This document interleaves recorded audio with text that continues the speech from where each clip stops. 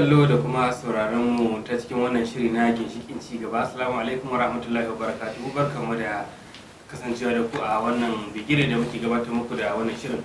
Kamar da kuka sani dai a satin da ya gabata kun ji mu tare da mamallakin cibiyar Pleasant Library and Book Club na injiniya da ta mutu ƙara da muke kasancewa da a cikin shirin, inda yake mana bayani kan hanyoyin da za a bi domin samun ma ita kan ta jihar Katsina kuɗaɗen shiga da amfani da su domin wato wayar da ayyuka na bunƙasa cigaban al'umma. Yau ma Allah da wani tare da injiniyan wanda za mu kasance da shi a cikin shirin. Dakta, barka da shigowa. Barka kare. Assalamu alaikum warahmatullahi wa alaikum assalam. Masu kallo da sauran mu za mu dora ni daga inda muka tsaya tun da ya gabata kan wato inda yake mana bayani ta ana ma iya yin amfani da tsari na zakka da kuma wakafi domin a ga me za a iya yi a kai. Insha Allah injiniya sai ka dora mu ci gaba. To masha Allah. To baccin tsarin Rural Development Fund, watan a haɗa kuɗi gaba ɗaya yadda za a taimaki ƙauyuka da birane su girma, haka kuma akwai kamar zaka da wakafi da na yi magana a kan shi, sannan akwai yadda za mu yi industrialization na jihar Katsina, watan shi kuma yadda za a mai da jihar Katsina ƙasa ce wadda industry za su yi flourish, masana'antu za su yawaita. Misali na kawo maganar kawalin wanda farar kasa da ke akwai a kankara, to duk inda ka sani ba karamar hukumai da babu ma'adini wanda ake iya bunƙasawa a jihar Katsina kuma ya kai ga mutane sun zo suna son wa'annan ma'adina. Kullum abin da ke cewa shi kasuwa mun cajin ta tun muna ƙananan yara ana cewa kasuwa a kai maki dole. Idan muka bunƙasa ma'adinai muka tsaya muka lura, akwai wani abin da na cikin littafin buktu din wanda kawo wai shi IRD, Integrated Rural Development ko Integrated Development Process. Shi abin da na kawo na ce duk abin da muke da shi a ƙasar nan a jihar Katsina mu tsaya mu dube shi, saboda ita duniya ƙaramin gari ce yanzu. Ka san abin da Germany ke so, ka san abin da Bolivia ke so, ka san abin da Peru ke so, ka san abin da kowace ƙasa Madagascar take so. So kuma kana iya amfani da abin da kake da shi kai relating din shi da abin da wata ƙasa ke so. So irin wani abubuwan ne ba mu tsayawa mutanen mu tsaya mu duba abin da China da Indonesia da Malaysia da India suka yi amfani da shi kenan suka yi ci mu riba kansu. Kwana-kwanan nan na ga ana yawo da wani injin da wasu 'yan Chinese ke yi, wai injin din yin pounded yam. Kaga ba a cin pounded yam a China, amma su saboda 'yan Chinese suna zo kai waɗannan mutanen suna cin pounded yam, kila sun gama nazarin su sun gano a rana sai mutum 150 ya ci pounded yam. So sai suka tsaya suka ci to ai kuma muna da fasaha da zamu iya kirkiro pounded yam yadda za a rika yin pounded yam din da ba mu da doye. Sai su injin din pounded yam sai su kawo shi Najeriya sai a saya. Nan gaba kaɗan in suka lura cewa mutanenmu suna shan dinya, suna shan kaɗanya, suna shan faru, suna shan kaza za su kirkiro abin da zai ringa mai da wannan faru din, wannan kaɗanya, wannan dinye har ta koma kai kana sha'awar ta kana so ka sayi ka sa. To mu haka ya kamata mu tsaya mu lura da me muke da shi, me mutane ke so a ƙasar waje ko kuma a nan ma cikin gida.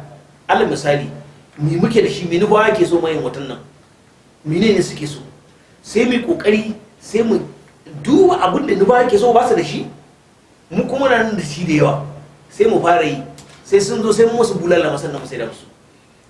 To haka muke iya yi ko ina da wannan, ko dai abin da mutum ake so a cikin ƙasa ko abin da ake so a waje. So in kai kokari kai nazari sosai ka duba abubuwan da mutane suke nema, sai gwamnati shigo sai ta taimaka ma 'yan kasuwannin sai su rika yin wannan abubuwan. Zan ƙara ba da wani misali. Mu a nan jihar Katsina yawanci wani ya taɓa ban wani misali kuma na zana lura, ya ce mu a jihar Katsina ba mu da initiatives, ba mu da innovations, ba mu da creativity, ba mu da kirkire-kirkire. Ya ce idan ka fara sana'a sai da mota, da ka sai da 3, 4, 5 kawai wannan kallon ka ci zai je ya so mota, shi ma wancan ya so, shi ma wancan ya so, shi ma wancan ya so.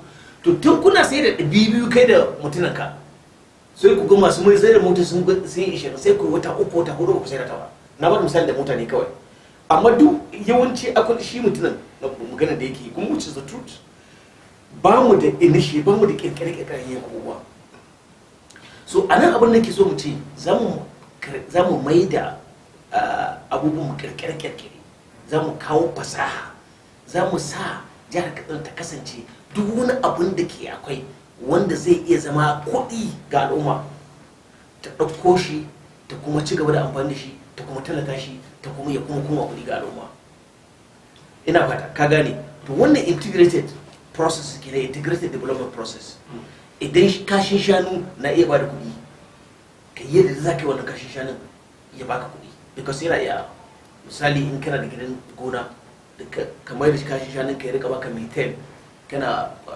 kamar gas din dafa abinci ne ka rika hituwa kana dafa abinci da shi kana waye kana irin wannan abubuwan su so duk waɗannan innovative things abubuwan da za su sa mu ringa tunani a jihar Katsina domin mu zana da kanmu domin yaran mutanenmu su samu abin yi domin yaran da ke gan makaranta su samu damar da za su rike kansu ko kuma suna makaranta su samu damar da za su rike kansu bayan wannan za mu yi magana kan education sector da insha Allah now haka ya zama mu kara haɓaka al'umma su kara zama abin sha'awa ga mutane su kara samun abubuwan su na jin daɗi na ɗauko cikin littafin buktu ɗin mun je mun yi ƙoƙarin nemo mutane yara wa'anda yaran na masu hidima ko sauke batirin cajin waya ko gyaran waya ko duk irin waɗannan abubuwan mun nemi wasu daga cikinsu mun yi interview da su wasu kuma mun ba su takarda da ake ce ma questionnaire sun cika muka ce kai ya kake kallon misali duk wani yaro mai sana'a sai da muka bi shi ya kake kallon za a taimaka ma sana'arka ta ci gaba to mu a jihar Katsina mutanenmu da dama akwai summit da aka yi na kokarin kawo wannan abu in fact a 2016 an yi wani investment summit watan summit yadda zai rika kawo kudade a jihar Katsina amma da ni da kai duka mun san ba abin da summit din ne ya kawo a jihar Katsina fona in ma ya kawo dan abu ne dan kadan kila wanda ba ka iya cewa ga daraja abu to abin da yasa ni ne da abin da yasa wannan summit din bai kawo ci gaba ba sosai a jihar Katsina da kuma duk summit din da aka yi baya hannu ne take part da wani summit wanda Katsina Development Summit wanda aka yi a 2006 lokacin gwamnati Malam Umar Musa Yar'adua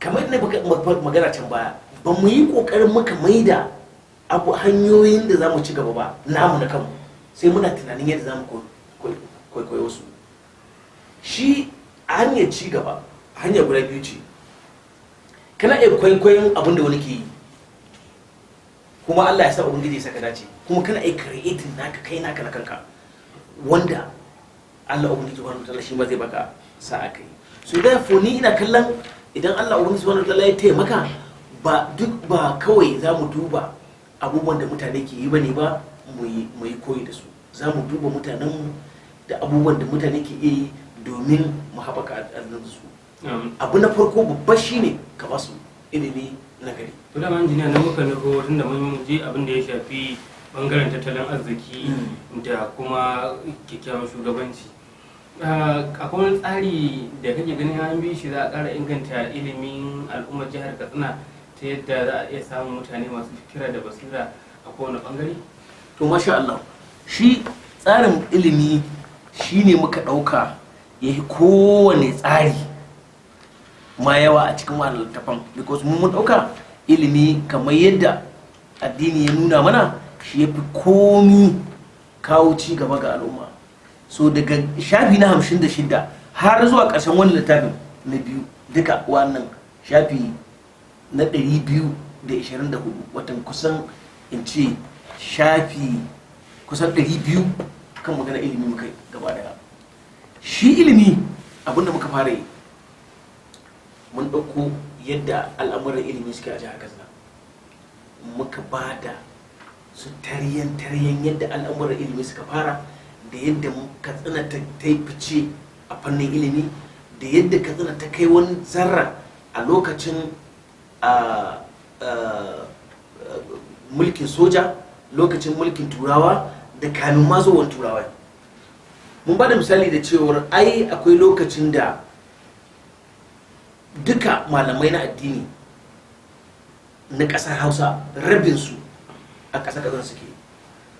Mun ɗauko misali da ko malam sheikh magili da ya zo kamin ya je kano sai da ya zanna katsina saboda akuduntu mutane malaman da ke nan jihar katsina sun yi daidai da ilimin da shi ma ya yarda cewa za su iya kara ma juna sani, shi ma zai koya daga wurinsu, su ma za su ɗauka daga wurin shi. Mun ba da misalin da cewar tun kusan hijira, bayan hijira ta manzo Allah sallallahu alaihi wasallam da shekara 700, bayan hijira shekara 700 an ce an taɓa rubuto takarda larabci a sarkin katsina na wancan lokacin.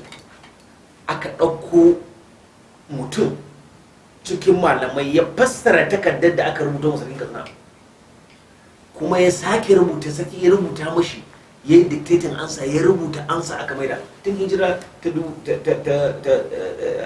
700. to wannan ya nuna cewar da kusan shekara 700 kenan da ɗauriya. to wannan ya nuna cewar abin da ke akwai a jihar katsina ilimi ne kan kame, ya kan kama sosai. A jihar katsina aka yi dan murna, a jihar katsina aka yi dan masani, a jihar katsina aka yi dan tako, waliye ne waɗanda suka yi da wali jodoma duk a jihar katsina aka yi.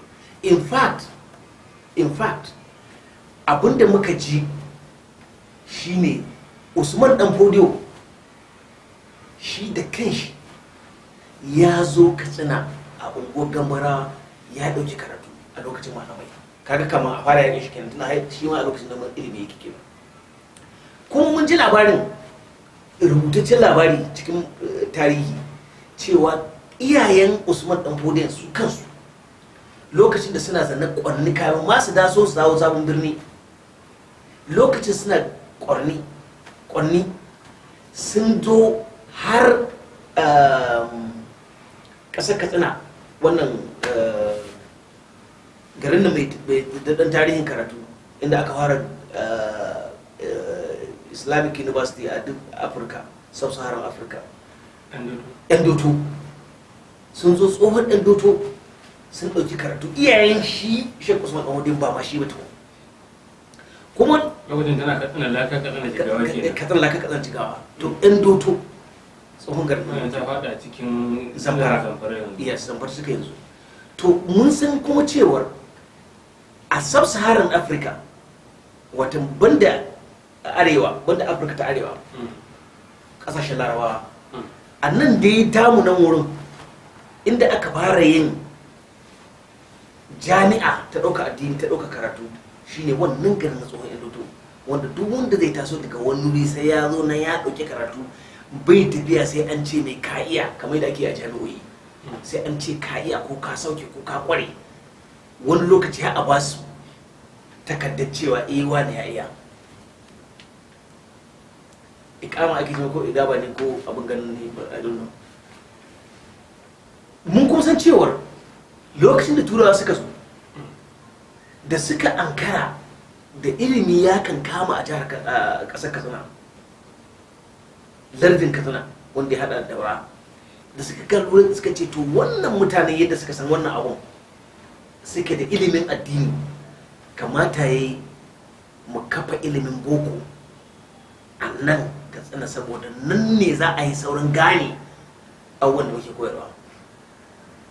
Mun ji labarin mutane da yawa sun faɗi, ni na san wannan ya taɓa gaya man da bakin shi marigayi mai tamsule, cewa a lokacin a turawa in suna neman komi suke so a yi masu, to sai dai a nemo ɗan katsina a koya mashi, saboda an san zai saurin ganewa ya rika yin abu.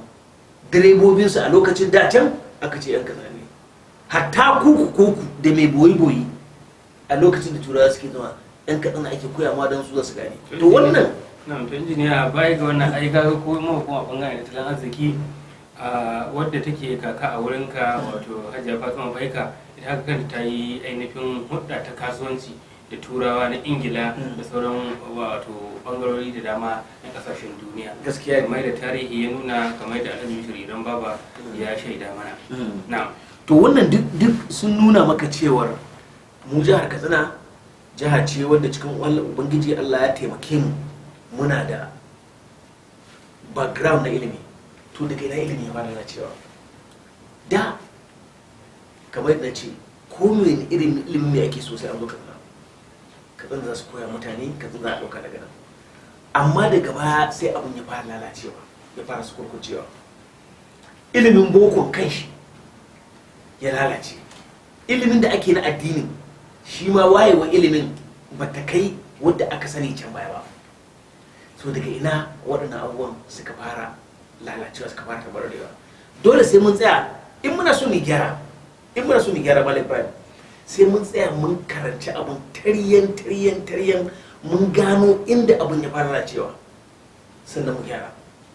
Bari in baka misali da wani abu kaɗan. Na ce jihar Katsina mu ɗauke su mu tsaya mai nazarinta. Yanzu zaman da muke yanzu akwai makarantu a jihar Katsina, makarantu 448 waɗanda makarantu na boko, wanda suka hada da makarantar primary school, makarantar junior secondary school da makarantar senior secondary school, waɗanda duka suka kasance ko dai makarantu ne na gwamnati ko kuma makarantu ne na private masu zaman kansu. Muna 4,000 da wani abu. Ba a je ga manyan makarantu ga secondary ba a je ga manyan makarantun secondary school foundation level.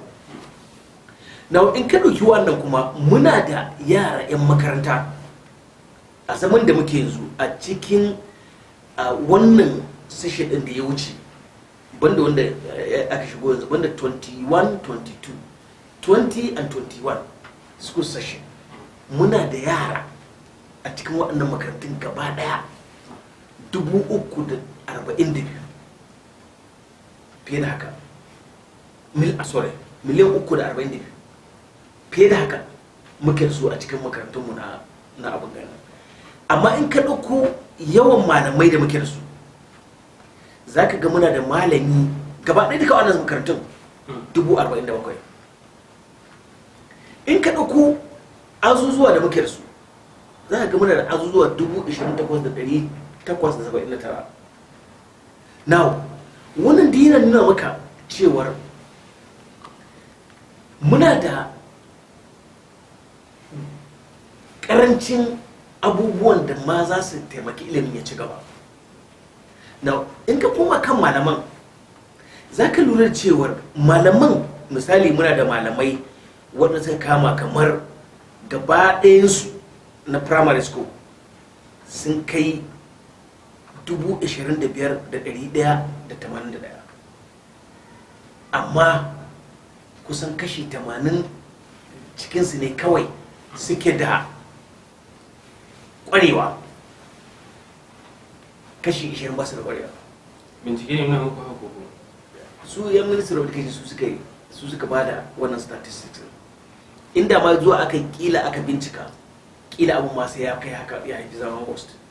Amma annual school census wanda ake bada duk shekara, ana bada school census, shi ya ba mu wannan. Now in ka koma ka ɗauki makarantu sai ka aza su kan ya suke, primary school ya take, secondary school ya take, yaran da ake cikin ya suke, za ka gane cewa muna da aiki da dama waɗanda dole sai mun tsaya mun tashi tsaye mun ga. Ina maka maganar makarantun boko wani ke wanda suke da gwamnati na iya bada biliyan 25 a shekara a wannan makarantun, ba bacin not other makarantu na al'umma da kuma zaman kansu. Yes. Now duk wannan abubuwan sun nuna maka cewar dole sai mun tashi tsaye, because there are so many statistics da ba sai na ɗauko su ina ta faɗi mutane ba. So many statistics ga sunan a cikin wannan littafin, in Allah ya sa mutane sun je sun sauke shi za su gani. So many statistics da kuma a tambayar mutane da muka riga yi. Injiniya, a wannan bigire kai a matsayinka na masani kuma da ka matsayin mukamin dakta ma wani irin hanyoyi ne kake yin za a bi domin daga darajar ilimi a jihar Katsina a irin wannan lokacin? Masha Allah, shi ne babban aikin. Na farko dai mun yadda da cewa ilimi ya rataye kan malami. Idan malami ƙwararre ne ya san abin da yake yi, to yana iya koya ma kowa kuma wannan mutum ya gani. Malami wani tushe ne, ginshiki, wanda shi ne babban ginshikin ilimi. Ba aji ba, ba kujerar zama ba, ba chalk ba abun rubutu ba littafi ba. Duka wa'ana suna da amfani, amma malami in yana da ƙwarewa, yana da fasaha, yana da sani, to ya san abin da zai yi. Abin da za mu fara yi a jihar Katsina, abu na farko shine mu tabbata malaman ƙwararru ne. Now, ya za mu tabbatar da malaman ƙwararru ne? Mun kawo abubuwa da dama waɗanda muka sa za mu tsaye malaman ƙwararru ne. Har akwai ishu ɗin ma da za mu kafa boards waɗanda su ga training malami.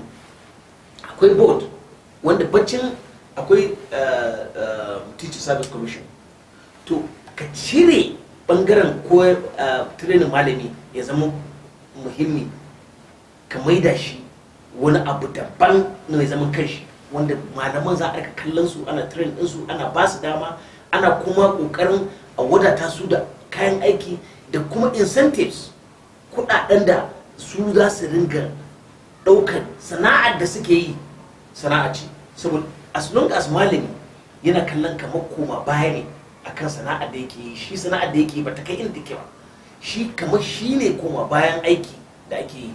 Na san ana wana cewa malam teaching menene karamin ma'aikaci dan autan aiki da gare ka sai ai sata.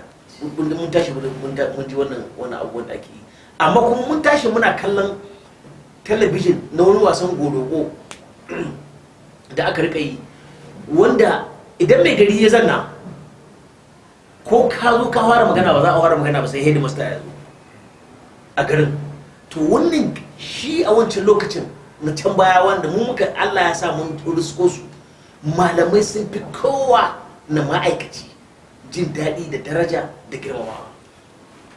Akwai abubuwa da dama da zamu magana kan malamai, amma kan ba mu lokaci, muna iya barin shi sai nan gaban mu. Jama'a amma lai Allah kai mu sati mai zuwa sai mu dora daga nan. Yanzu kam sai ka sallama da masu sauraro. To jama'a assalamu alaikum warahmatullahi ta'ala wa barakatuh. Wa alaikum assalam masu kallo da sauraron mu anan da mu tsashirta, in kuma Allah kai mu sati mai zuwa sai mu dora daga inda muka tsaya. Yanzu amma da injina da mutum kara da darma da kusance da shi a cikin shirin, sai kuma cibiyar tafiya LBC ta ga dauki nan kawo shirin wanda suka taimaka mana wurin kamar lokacin da zan shi a gare ku. Ibrahim Abdullahi Nusa Dutsen Bana shi na gabatar yake cewa sai Allah ya kai mu.